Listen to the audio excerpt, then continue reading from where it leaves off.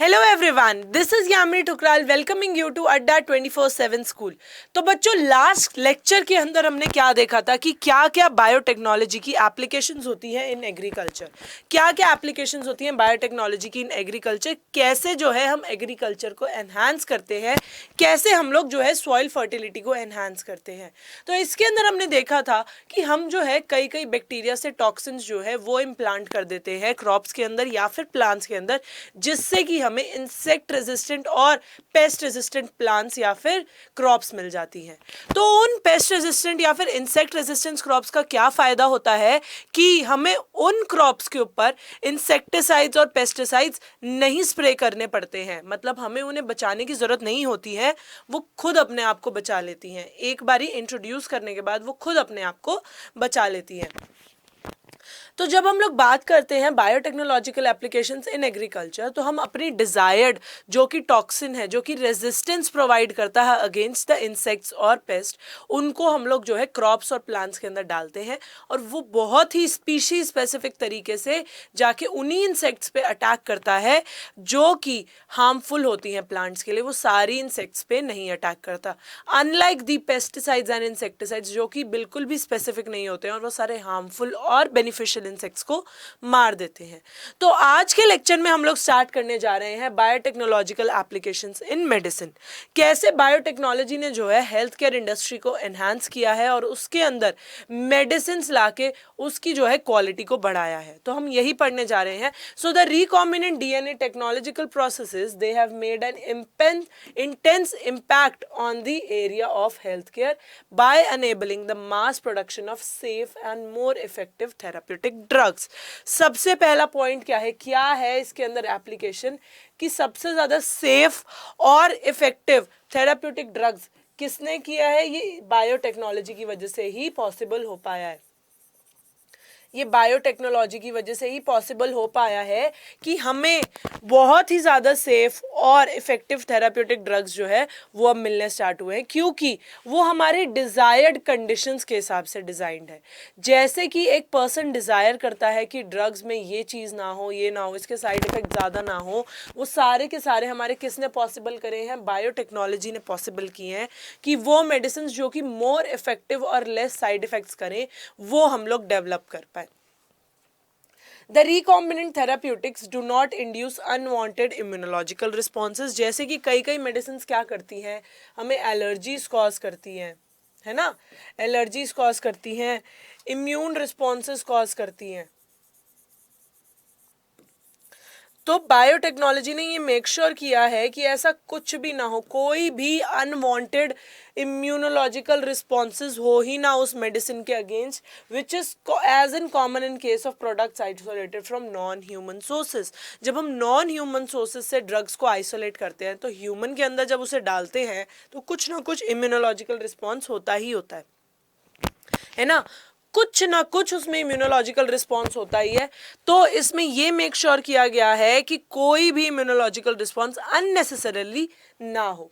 At present, about 30 recombinant therapeutics they have been approved for human use all over the world। 30 recombinant therapeutics जो हैं वो approve हुए हैं all over the world for the human use। इनको safe बोला गया है for the human use, and in India 12 of these they are presently being marketed।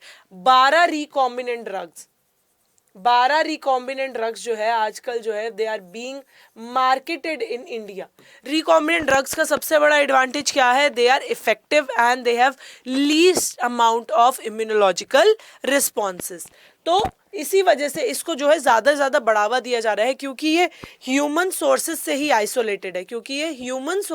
Isolated है, तभी जो है इनके अंदर जो इनकी वजह से इम्यूनोलॉजिकल रिस्पॉन्सेज कम हो रहे हैं। सबसे पहले हमारा आया genetic engineered insulin. Genetic engineered insulin की क्यों जरूरत पड़ी? क्योंकि insulin which is used for diabetes, treatment of diabetes में हम लोग इंसुलिन को यूज करते हैं, जो कि पहले कहाँ से आता था?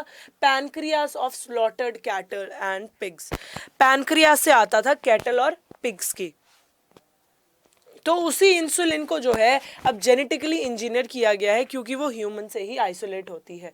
Insulin from an animal source do cause some patients to develop allergy और the other types of reactions to the foreign pathogen. अगर वो स्लॉटर्ड कैटल या फिर पिग से आ रहा है तो जेन्युइनली बात है कि वो कोई ना कोई एलर्जी या फिर कोई ना कोई इम्यूनोलॉजिकल रिस्पॉन्स जो है डेवलप कर रहा होगा, क्योंकि अगर वो कैटल और पिग से आ रहा है तो वो हमारी बॉडी के लिए क्या है, फॉरेन प्रोटीन है।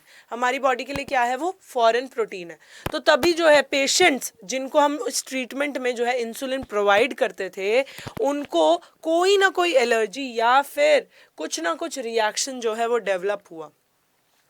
इंसुलिन के अंदर कौन से कितने पॉलीपेप्टाइड्स होते हैं, 2 शॉर्ट पॉलीपेप्टाइड्स होते हैं, चेन ए और चेन बी, जो कि डाइसल्फाइड लिंकेजेस से जुड़े होते हैं। डाइसल्फाइड लिंकेजेस से जुड़े होते हैं, जैसे कि आप देखो कि इसके अंदर ये डाइसल्फाइड लिंकेजेस हैं, चेन ए और चेन बी के बीच में डाइसल्फाइड लिंकेजेस है। ठीक है, तो कितनी चेन्स होती हैं हमारी इंसुलिन में? हमारी इंसुलिन में होती हैं 2 चेन्स। कौन कौन सी होती हैं? ए बी, और किससे ज्वाइंट होती है हमारी? डाइसल्फाइड लिंकेजेस, डाइसल्फाइड लिंकेजेस से ज्वाइन होती हैं। तो हमें ये पता चल गया कि इंसुलिन पहले कहाँ से आता था, हमारा कैटल से आता था और पिग से आता था, और वो क्या क्या करता था, वो एलर्जी कॉज करता था, इम्यूनोलॉजिकल रिस्पॉन्सेस कॉज करता था। तो आगे चलते हैं। In mammals including humans insulin is synthesized as a prohormone. पहले क्या बनता है हमारी बॉडी में?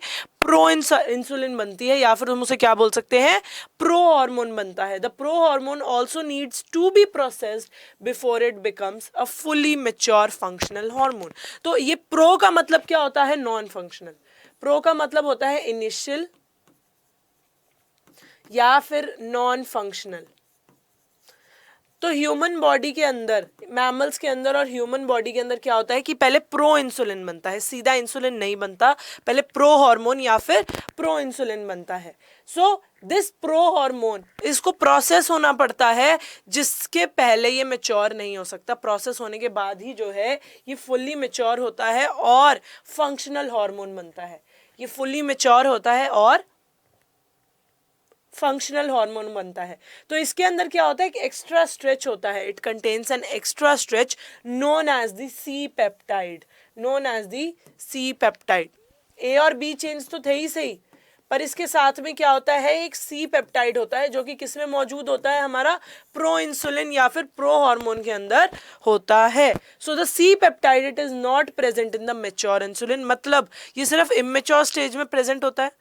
हमारा जो सी पेप्टाइड होता है वो सिर्फ हमारा मैच्योर में नहीं होता, इमेच्योर स्टेज में प्रेजेंट होता है, और वो रिमूव हो जाता है ड्यूरिंग मैच्योरेशन।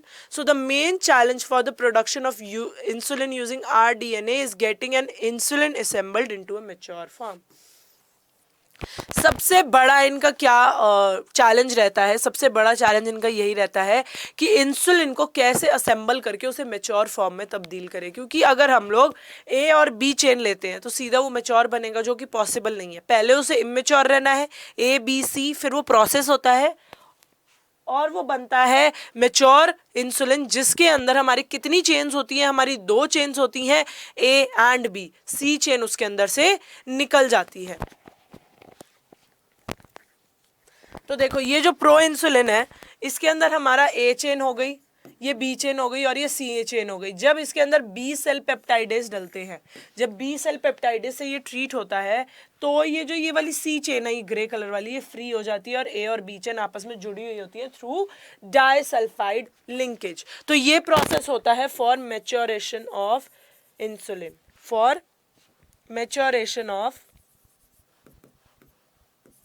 इंसुलिन, कि ए और बी चेन आपस में जुड़ी रहेंगी, पर सी चेन जो है वो फ्री हो जाती है और वो निकल जाती है। तो सबसे बड़ा जो चैलेंज रहता है rDNA, रिकॉम्बिनेंट डीएनए टेक्नोलॉजी में, कि यही कि ये मैच्योर फॉर्म को कैसे प्रोसेस करे, मैच्योर फॉर्म को ये लोग कैसे प्रोसेस करें। In 1983, Eli Lilly, an American company, prepared 2 DNA sequences जो कि A और B पॉलीपेप्टाइड को कॉरस्पॉन्ड कर रहे थे ऑफ ह्यूमन इंसुलिन, और उसको कहाँ पे इंट्रोड्यूस किया गया था? In the plasmid of E coli, जिसकी वजह से जो है इंसुलिन चेन प्रोड्यूस हो रही थी। So chain A and B they were produce separately, A और बी चेन जो थी वो सेपरेटली प्रोड्यूस हुई और they were combined by creating a disulphide bond to form human insulin. तो क्या हुआ, एली लिली कंपनी ने क्या किया, दो डीएनए सीक्वेंसेस बनाए थे, दो डीएनए सीक्वेंसेस बनाए थे जो कि ए और बी को कॉरस्पॉन्ड कर रहे थे। ए और बी अल्फाबेटिकल वाले ए और बी नहीं, ए और B chains of human insulin को कॉरस्पॉन्ड कर रहे थे। तो DNA sequence they were corresponding to A and B. उसको किसमें इंट्रोड्यूस किया, introduction in E coli, introduce किया इन द ई कोलाई, और फिर उससे क्या प्रोड्यूस हुआ, A and B chains were produced, A and B chains were produce, और उनके बीच में बाद में क्या हुआ था, डाइसल्फाइड लिंकेजेस वर इनकॉर्पोरेटेड, उनके बीच में डाइसल्फाइड लिंकेजेस को कॉर्पोरेट किया गया। तो सबसे पहले क्या हुआ, दो डीएनए सीक्वेंस बने ए और बी जो कि उनको कॉरस्पॉन्ड कर रहे थे। नेक्स्ट इनको इंट्रोड्यूस किया किसमें, ई कोलाई में, और ई कोलाई ने क्या बनाया, ए एंड बी चेन जो कि बनाई ह्यूमन इंसुलिन की, जो कि अलग अलग बनाई थी, एक साथ ज्वाइंट नहीं बनाई थी। जैसे हमारे प्रो इंसुलिन में ज्वाइंट होती है वैसे ज्वाइंट नहीं बनाई थी, ए और बी चेन्स अलग अलग बनाई थी, और बाद में उनको कंबाइन किया गया bye creating a disulphide bond. Disulphide का मतलब क्या होता है, टू सल्फाइड, डाई का मतलब क्या होता है, टू डाई सल्फाइड, दो सल्फर ग्रुप्स के बॉन्डिंग से अटैच होती हैं चेन्स, दो सल्फर ग्रुप के, जैसे आप देख सकते हो एस एस, ये सल्फर सल्फर है, disulphide bond, disulphide bond. Next हमारा, पहले हमारा क्या था, जेनेटिकली इंजीनियर्ड इंसुलिन, नेक्स्ट हमारा है जीन थेरेपी के अंदर इसकी एप्लीकेशंस थी। तो जीन थेरेपी क्या होती है, it is a collection of methods that allow the correction of the gene effects, ये करेक्शन करते हैं जीन डिफेक्ट की। सो जीन थेरेपी वो थेरेपी होती है जो कि जीन डिफेक्ट को करेक्ट करती है, और वो किसके अंदर, ये जीन डिफेक्ट हमारा किसके अंदर डायग्नोज होता है, which is diagnosed in the embryo और द चाइल्ड, ये बचपन में ही डायग्नोज हो जाता है कि इसके अंदर ये वाली जीन डेफिशिएंसी है, तो हमें ये वाली जीन थेरेपी करनी पड़ेगी। तो जीन थेरेपी क्या होता है, वो प्रोसेस होता है जिससे कि जीन डिफेक्ट को करेक्ट किया जाता है इन द एम्ब्रियो और child. The genes are inserted into a person's cells and tissues to treat a disease. या तो कुछ जीन्स एब्सेंट होंगे या फिर कुछ जीन्स प्रेजेंट होंगे एक्स्ट्रा, तो या तो हम उन्हें रिमूव करेंगे या फिर उन जीन्स को इंसर्ट करेंगे बॉडी में, जिससे कि बॉडी नॉर्मल फंक्शनिंग करे, जिससे कि बॉडी हमारी नॉर्मल फंक्शनिंग करे। So the correction of a genetic defect involves the delivery of a normal gene into a individual और the embryo to take over the function of the and compensate for the non functional gene. अगर gene मौजूद है और वो non functional है तो क्या किया जाता है कि बाहर से फंक्शनल जीन को अंदर डाला जाता है जो कि रिप्लेस कर लेता है उस नॉन फंक्शनल जीन को। जैसे कि आप देख सकते हो कि अगर ये एक जीन है, ये बॉडी है, ये बॉडी है और ये जीन है, तो जब इसके अंदर हम लोगों ने जीन थेरेपी करी, जब हम लोग इसके अंदर जीन थेरेपी करेंगे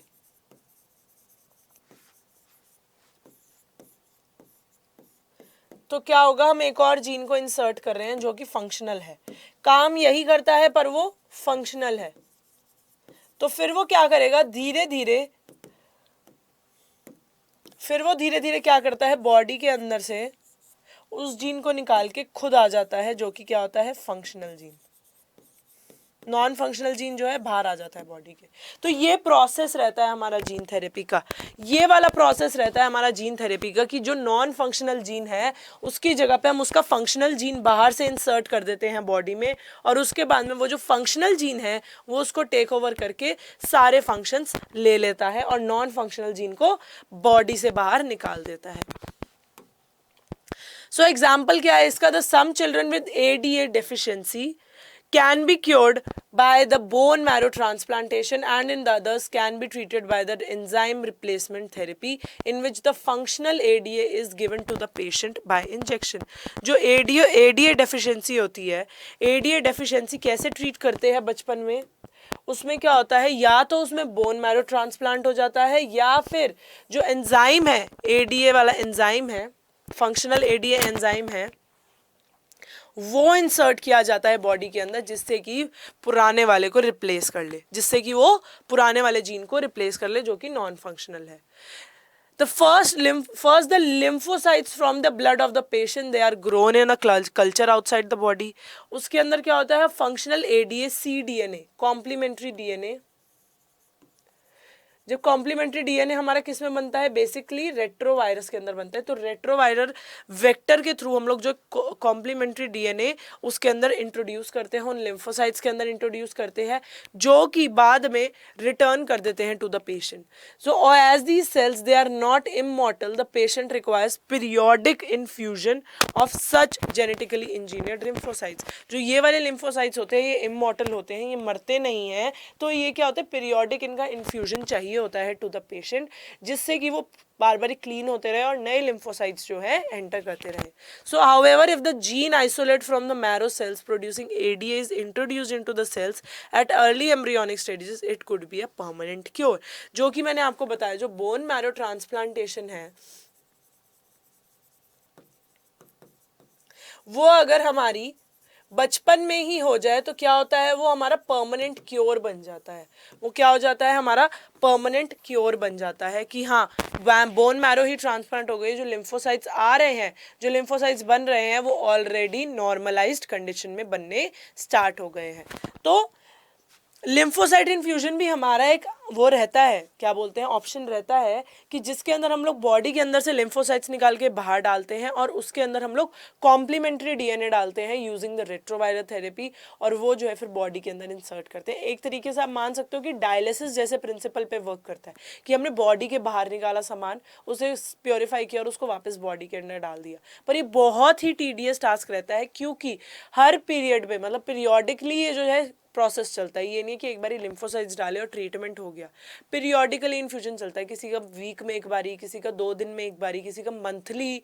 तो उस हिसाब से जो है पीरियोडिकली चलता है. इससे बेटर यही होता है कि चाइल्ड या फिर एम्ब्रियोनिक स्टेज पे हम लोग बोन मैरो को ही ट्रांसप्लांट कर दे, जिससे कि हमारे नॉर्मल लिम्फोसाइट्स बनने स्टार्ट हो जाए.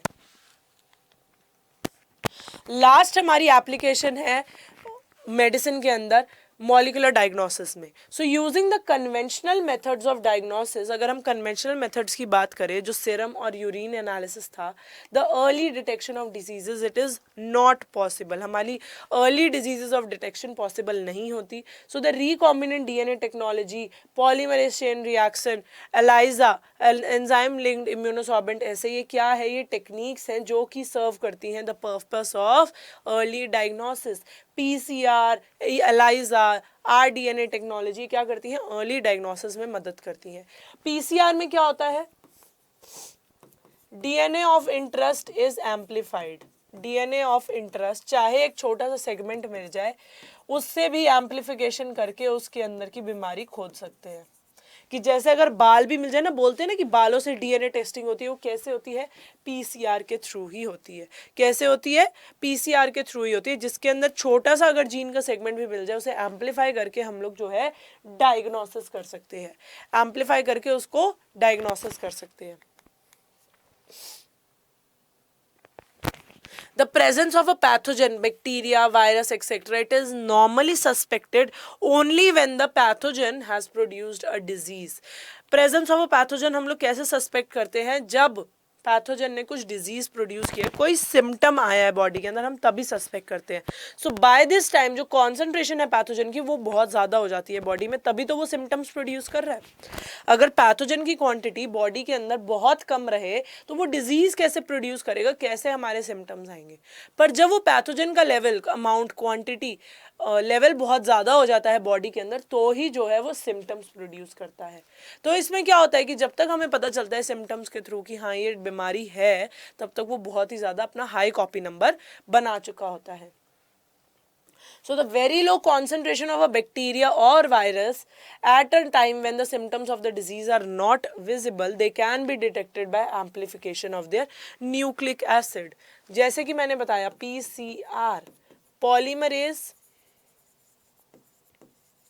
चेन रिएक्शन, ये क्या करता है, एक छोटे से सेगमेंट ऑफ डीएनए को भी एम्पलीफाई कर देता है. और इस स्टेज पे जब कोई सिम्टम्स ही नहीं है, तब भी ये डिजीज को डायग्नोसिस करने में मदद करता है. तब भी ये डिजीज को डायग्नोसिस करने में मदद करता है. So PCR it is now routinely used to detect HIV, AIDS, HIV, जो भी हमारे STDs है उनको ये बहुत जल्दी जो है डिटेक्ट कर लेता है। Basically human immuno deficiency virus, ये क्या होता है हमारा, ads acquired immuno deficiency syndrome, इसमें हमारा बॉडी का इम्यून सिस्टम जो है ये बहुत ज़्यादा वीक हो जाता है, बहुत ज़्यादा वीक हो जाता है। तो इसके सिम्टम्स हमें बहुत ही बाद में देखने को मिलते हैं, बहुत ज़्यादा बाद में देखने को मिलते हैं, पर PCR के थ्रू हम इसे अर्ली स्टेजेस पर डिटेक्ट कर सकते हैं। It is able to detect mutations in the gene, मतलब अगर सस्पेक्टेड है कैंसर तो हम PCR जो है करवा के वो टेस्ट करवा सकते हैं कि हाँ कैंसर है या फिर नहीं।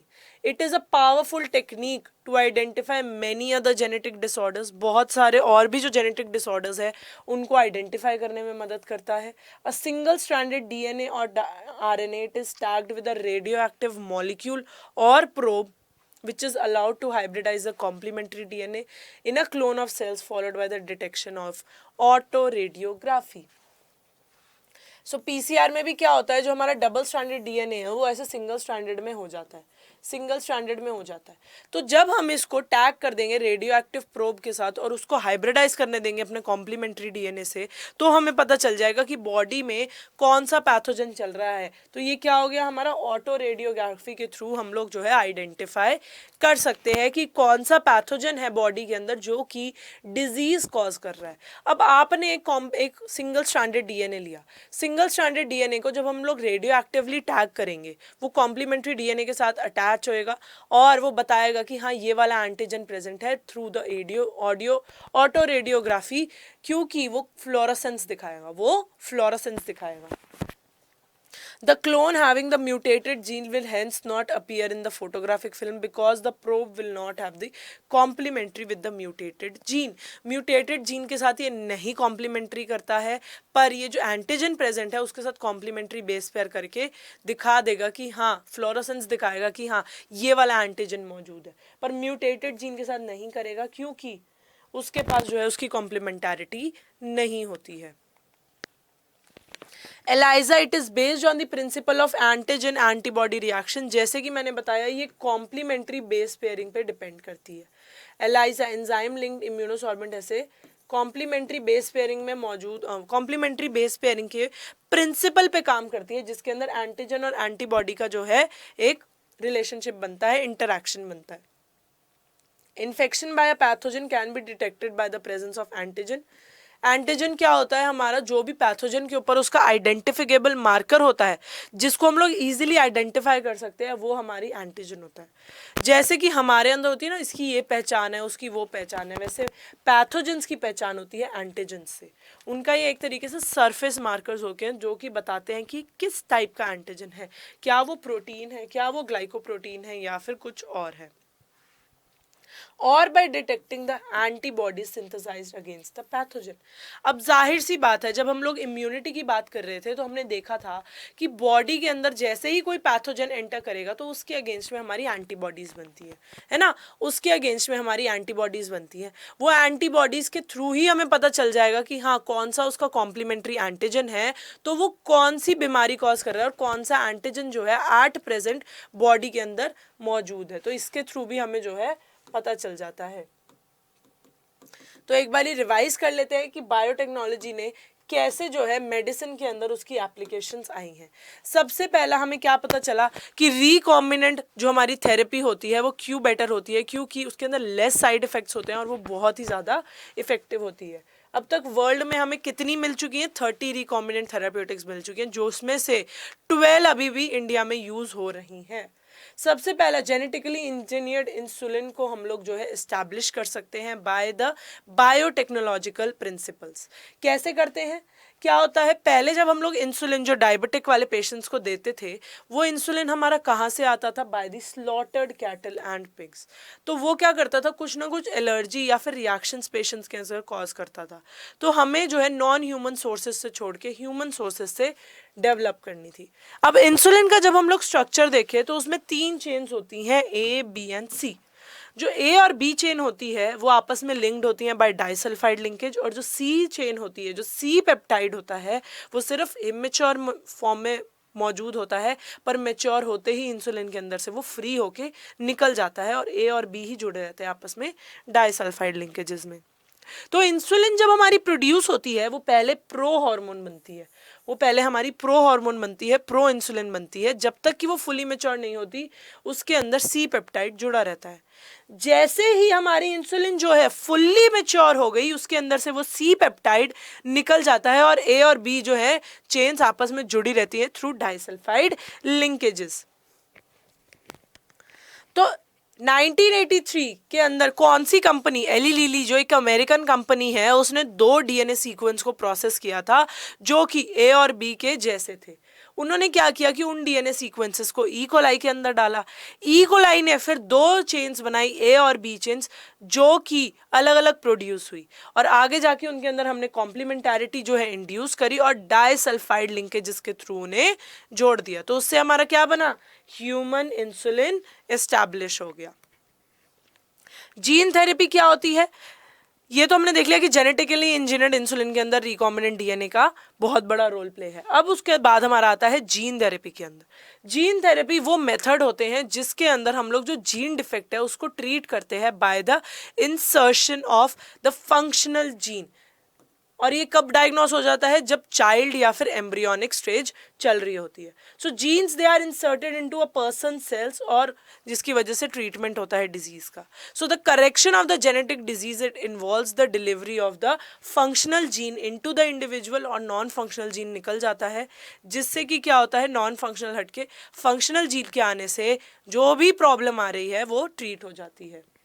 सबसे क्लासिकल एग्जाम्पल इसका है एडीए डेफिशिएंसी।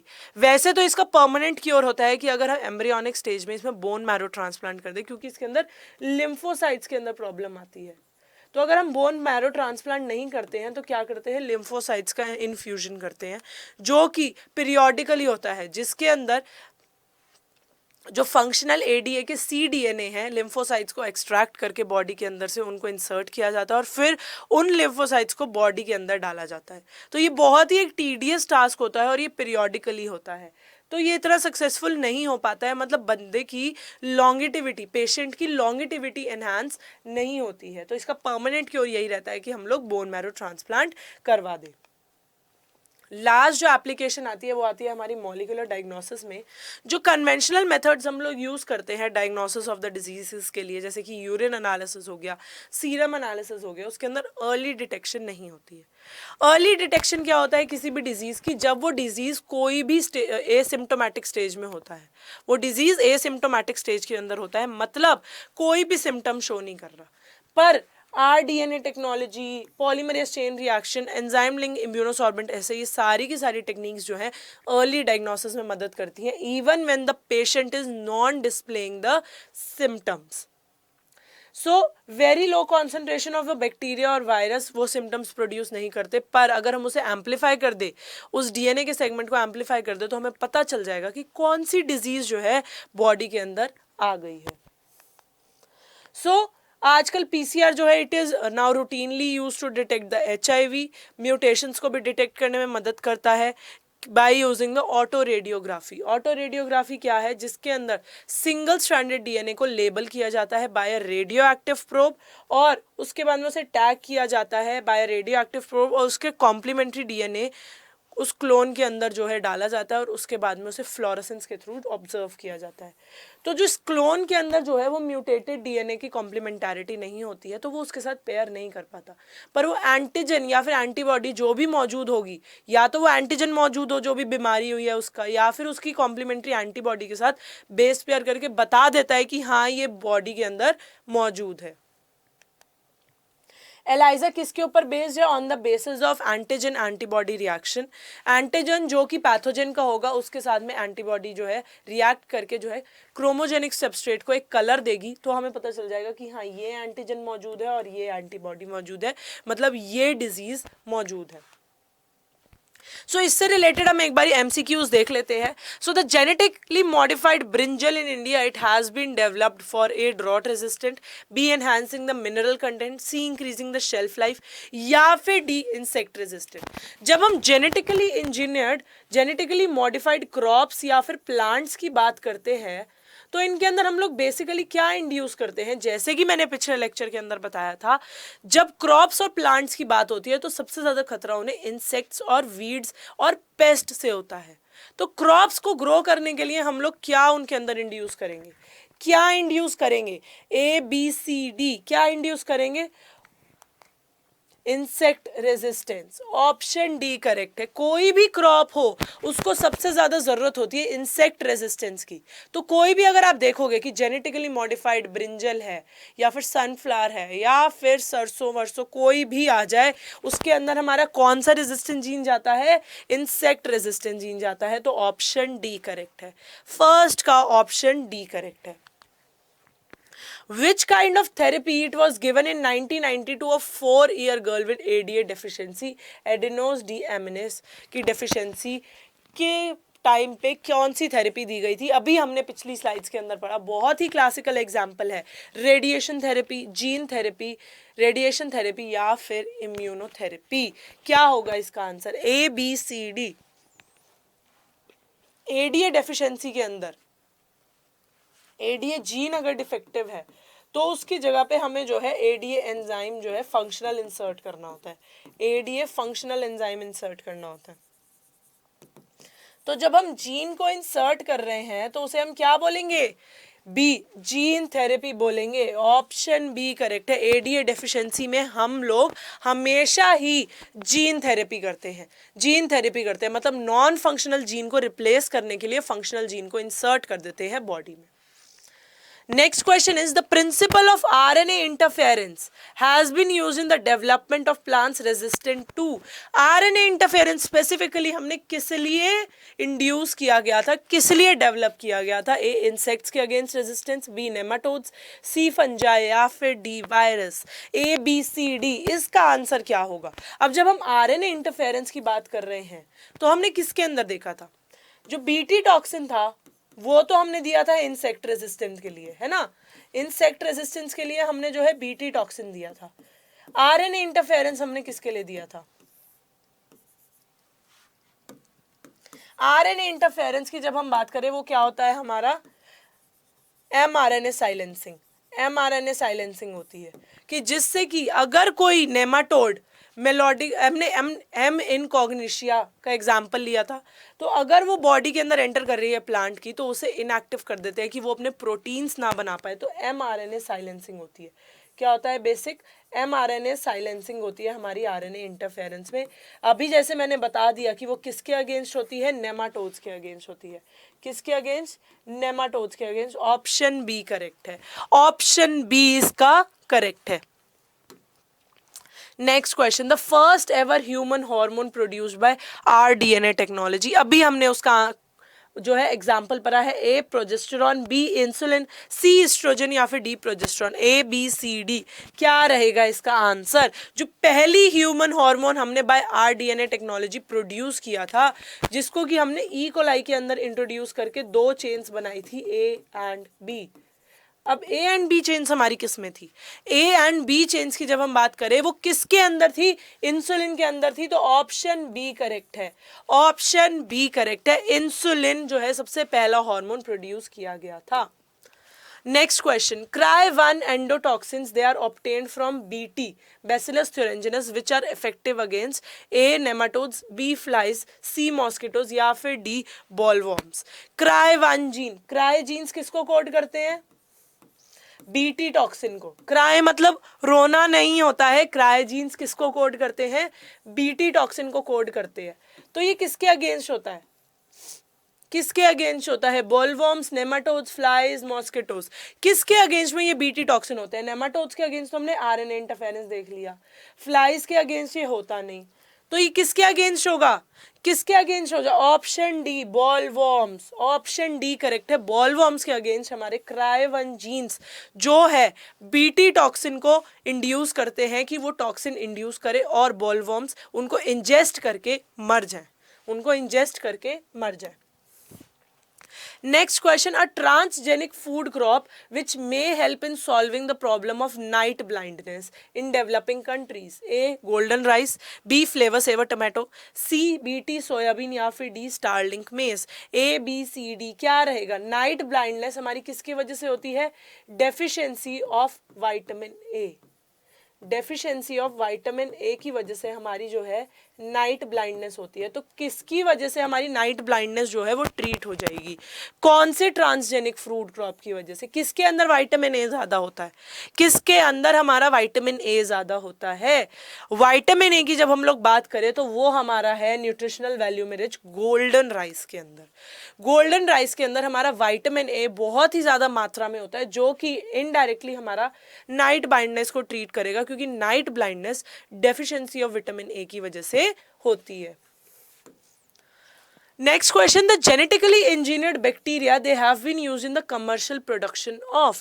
जो genetically engineered bacteria हैं वो किसके लिए यूज होते हैं? For the production of thyroxine, testosterone, human insulin या फिर मेलाटोनिन। क्या होगा इसका आंसर? मेलाटोनिन। क्या होगा इसका answer? A B C D. किसके लिए जो है हमारे genetically engineered bacteria commercially produce करने में किसको मदद करते हैं? A thyroxine, B testosterone, C human insulin या फिर D melatonin. Option C human insulin correct है। Option C human insulin correct है। क्यों? आरडीएनए से हमारे ए और बी डीएनए सीक्वेंस बने थे। ह्यूमन इंसुलिन के अंदर कितनी चेन्स होती हैं? 2 चेन्स होती हैं, A and B polypeptide chain. तो आरडीएनए के थ्रू ए और बी के डीएनए सीक्वेंसेस बने थे, जो कि इंसर्ट किसमें की गए? ई कोलाई के अंदर उनको इंसर्ट की गया, और ई कोलाई ने क्या बनाए? ए एंड बी पॉलीपेप्टाइड्स बनाए, जो कि सेपरेटली प्रोड्यूस हुए और उनको बाद में जाके डाइसल्फाइड लिंकेजेस के थ्रू जोड़ दिया। तो किसके थ्रू हुआ? ह्यूमन इंसुलिन ही जो है रिकॉम्बिनेंट डीएनए टेक्नोलॉजी की मदद से हमने प्रोड्यूस किया है।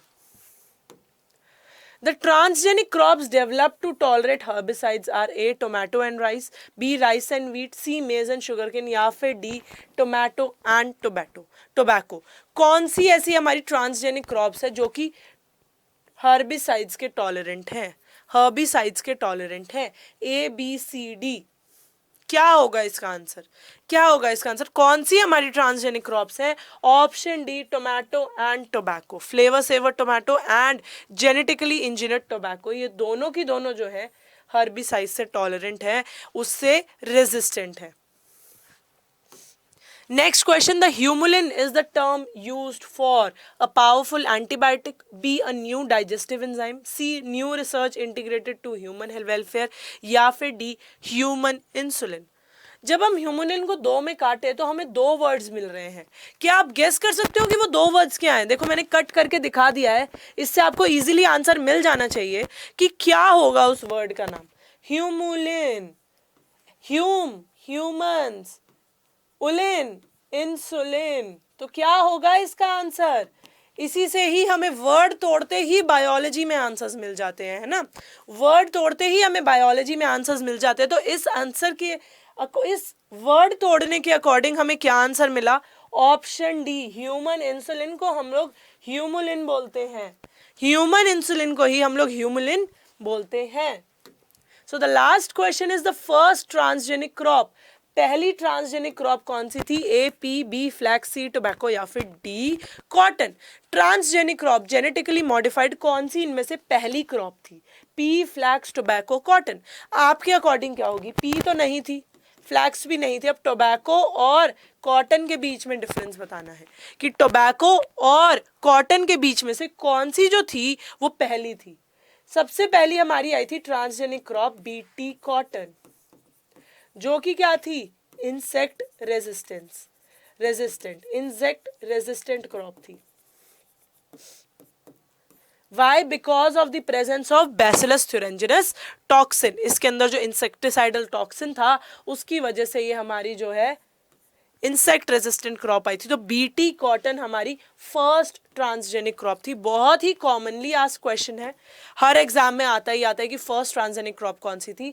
तो आपने क्या करना है? कॉटन और टोबैको में कंफ्यूज नहीं होना है, बेधड़क कॉटन को टिक लगा देना है।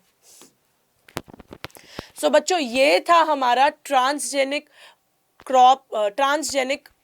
मेडिसिन्स, मतलब आप समझ सकते हो कि जेनेटिकली मॉडिफाइड जो मेडिसिन्स, हम मेडिसिन इंडस्ट्री के अंदर बायोटेक्नोलॉजी की एप्लीकेशंस हमने इसके अंदर देखी।